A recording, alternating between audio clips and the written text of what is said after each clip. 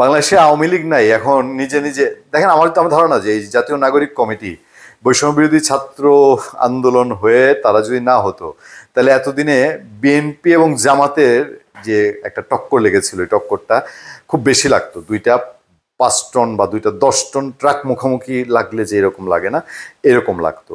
যে মন্দের ভালো বোধ হয় যে বৈষম্য বিরোধী ছাত্র আন্দোলন তারা জাতীয় নাগরিক কমিটি গঠন করে ফেলেছে। এখন বিএনপির সাথে জামাত হচ্ছে, ভেতরে ভেতরে হচ্ছে রাজনীতির খেলা, সমীকরণ। আমি এটার মধ্যে অন্যায় দেখি না, রাজনীতির মার হচ্ছে।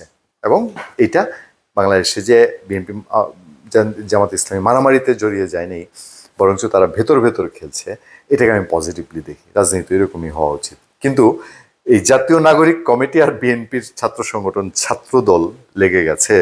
এবং আমার মনে হয় যে আওয়ামী লীগ নাই আর বিএনপি জামাতও ঠিক জমবে না, কারণ হচ্ছে দুজনই তো শিয়ানের শিয়ান।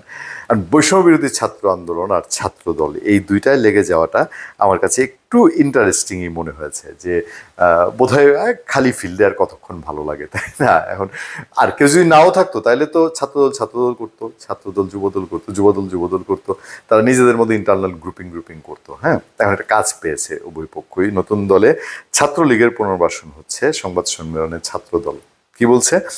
নর্থ সাউথ বিশ্ববিদ্যালয়ে জাতীয় নাগরিক পার্টির এনসিপির মুখ্য সংগঠক সার্জিস আলমের উপর হামলার ঘটনায় ছাত্রদলে জড়িত থাকার অভিযোগকে নাকচ করে দিয়েছে সংগঠনটির নেতারা। সার্জিস আলম বলেছিল ছাত্রদলের এক নেতা নর্থ সাউথ বিশ্ববিদ্যালয়ে সেখানে তাকে মারতে এসেছিল, তাই তো? এবং সেখান থেকে তো উনি একরকম সটকে এসেছেন কোনো রকম মান সম্মান নিয়ে। যাই হোক, উদ্দেশ্যপ্রণোদিতভাবে এই ঘটনায় ছাত্রদলকে জড়ানোর চেষ্টা করা হয়েছে বলে অভিযোগ করেন ছাত্রদলের সভাপতি রাকিবুল ইসলাম রাকিব। শুক্রবার রাজধানী নয়াপল্টনে বিএনপি কার্যালয়ের প্রেস কনফারেন্সে তিনি এটা বলছেন। আমার মনে হয় সার্জিস আলম রাজনীতি শিখে গেছেন। উনি যদি বলেন যে ঢাকা বিশ্ববিদ্যালয়ের ক্ষোভের কারণে নর্থ সাউথের বিশ্ববিদ্যালয়ের শিক্ষার্থীরা খেপে গেছে, একটু ওনাদের উপরে একটু দুর্বলতা আসে না? এই জন্য উনি উনি ছাত্রদলের উপর চাপিয়ে দিয়েছেন। এটা রাজনীতিতে একটু আস্তে আস্তে শেয়ানা হতে হয়। ছাত্রদল সভাপতি রাকিবুল ইসলাম রাকিব বলেন, নর্থ সাউথ বিশ্ববিদ্যালয়ের সার্জিস আলমের সঙ্গে ছাত্রদলের কোনো বিরোধ হয়নি। উল্টো সার্জিস আলমের শোডাউনে নিষিদ্ধ ঘোষিত ছাত্রলীগের চিহ্নিত সন্ত্রাসী ও জুলাই আগস্টের গণহত্যার আসামিদের দেখা গেছে। ওই দিন অবশ্যই কথাটাই অত আলোচনায় আসে নাই। অহেতুক সার্জিস আলম রে আমরা বারবারই অহেতুক দোষারোপের মধ্যে ফেলবো। আমি জানি না, সুনির্দিষ্ট নামধাম যদি ছাত্রদল বলতো ভালো হতো। এভাবে জাতীয় নাগরিক পার্টিও তাদের ছাত্র সংগঠনে নিষিদ্ধ ছাত্রলীগের নেতাকর্মীদের পুনর্বাসন হচ্ছে। ছাত্রদল সভাপতি বলছেন, দেশের যে কোনো জায়গায় কোনো অপ্রীতিকর ঘটনা ঘটলে উদ্দেশ্যপ্রণোদিতভাবে ছাত্রদের নাম জড়ানো একটি দুরভিসন্ধিমূলক প্রবণতা লক্ষ্য করছি। বিষয়টি অত্যন্ত উদ্বেগজনক।